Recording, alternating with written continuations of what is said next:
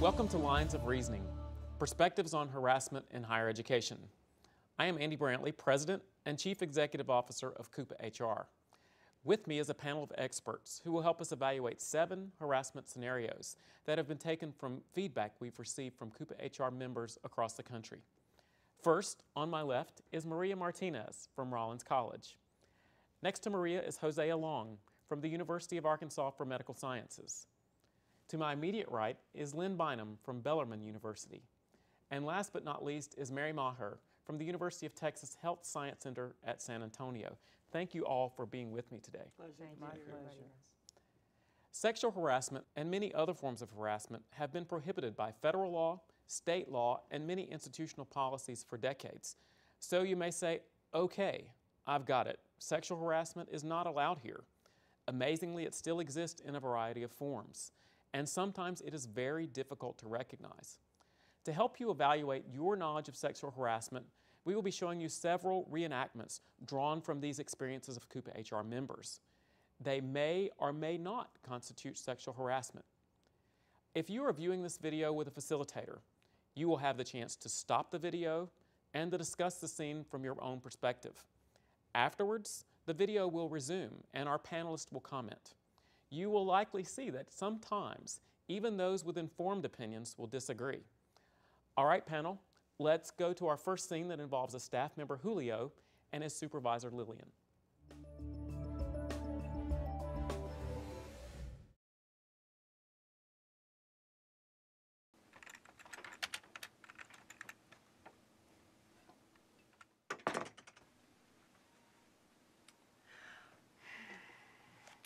I'm not sure I'd illustrate the data that way, Julio. Have you considered using bar graphs? No, but I guess I could. Good, because you want to make it easier for the reader to see trends over time. That makes sense, I guess. That's what I like about you, Julio. You are always open to new possibilities. I've always said you have tremendous potential. And with the right coaching, I know we could get you promoted to my assistant. That sounds great. But what do you mean by coaching? Julio, I respect you, so I'm going to be honest. You would be even more effective if you expressed yourself more confidently. More confidently? Exactly. And I think I have a plan. A plan? Yes. I know I can help you with this, but because I'm your boss, I'm not sure that we should spend a lot of time together at work. I don't want people to think that you have performance issues. So, I think it would be best for me to offer you coaching off-site. I'm not sure I understand. We could have dinner together once a week or so, and we could talk about your communication style and what it would take to get you promoted. I've learned some important lessons along the way, and I'd be happy to teach you how things work as you move up the ladder. But I'm not sure I feel comfortable with that. Couldn't you just give me advice here in the office? I'd hate to embarrass you like that. What if people found out I was concerned about your abilities? But I'm not sure my wife would like me having dinner with you like that. Oh, Julio, I thought you were management material. Career advancement sometimes requires sacrifices. I'm not saying I'm not interested. It's... Look, I like you. I see opportunities for you. But if you're not willing to invest the time in making a promotion a possibility, then I'll focus my sights on someone else.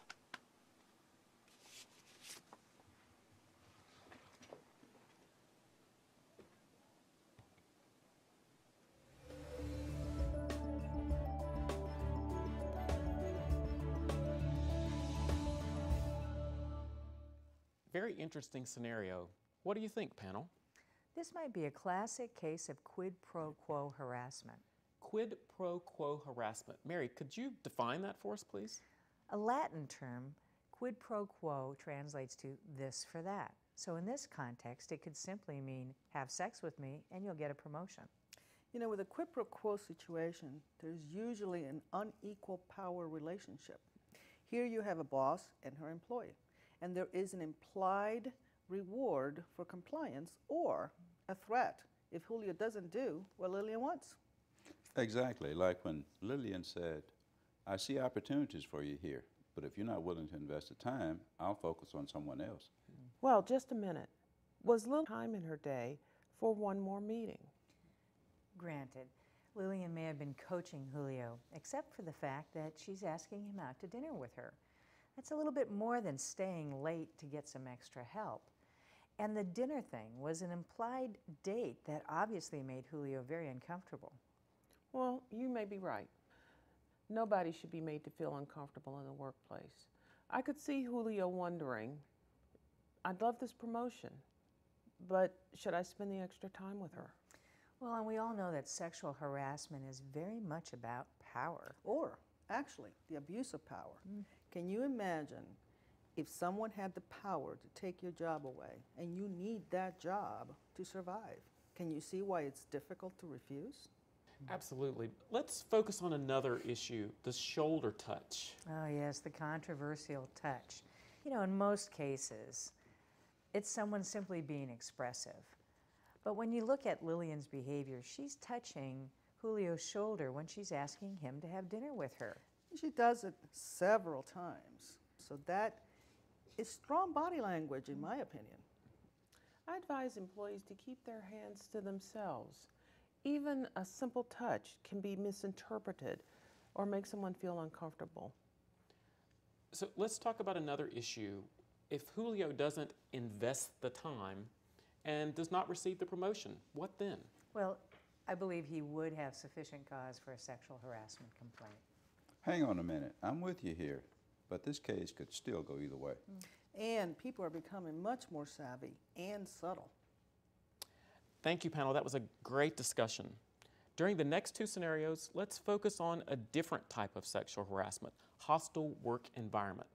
This is behavior that occurs that is so unwelcome and so pervasive that it creates a very uncomfortable and sometimes even a hostile work environment for employees.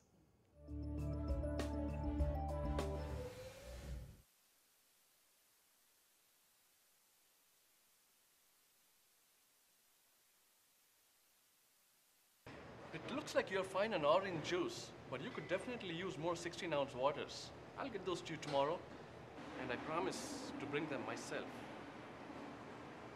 Until tomorrow, my Bethany.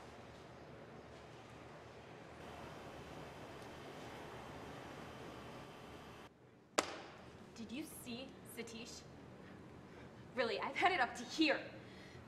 If he's not in my face, he's sending me love notes asking me for locks of my hair. He's making me crazy. What do you mean in your face? Like this. Bethany, my flower, you are so lovely. Have you tried asking him to back off? What? Are you saying I'm leading him on? Of course I've asked him to back off. Ah, but my beautiful Bethany, in my country, this is how we express our admiration for beautiful women. Well, it's probably just cultural. We Americans can get very uptight about our need for personal space. Besides, there's not much he can do in the store with all the customers around. Here, look, this is your schedule for next week. Is it all right if you work on Wednesday instead of Tuesday? That's it? You're just dismissing this? I can't believe you're letting him off the hook. He follows me to my car sometimes and he keeps sending me little gifts. You're complaining about gifts? I'll tell you what. I'll send you the aromatherapy massage oil and the CD of him singing ridiculous love songs titled Satish Sends His Love. Bethany, he comes in a lot and he doesn't bother any of the other staff. If I was his supervisor as well as yours, I'd offer to have a talk with him. But there's not much that I can do about a vendor. Plus, I really think this is just a cultural thing. And we need to commit to being accepting of people from other cultures. Did you not get the President's diversity memo?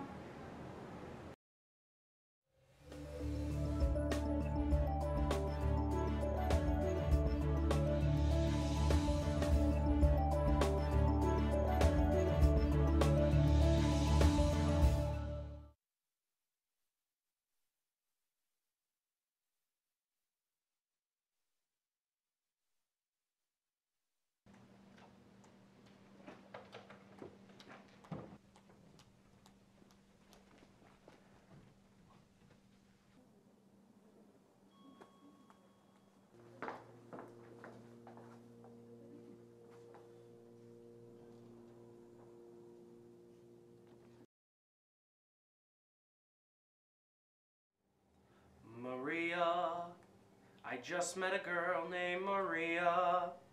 Maria. Maria, Maria. Well, that's original. But Maria, tú es bonita. Matt. Tú es bonita. You're beautiful. Yeah, I get it.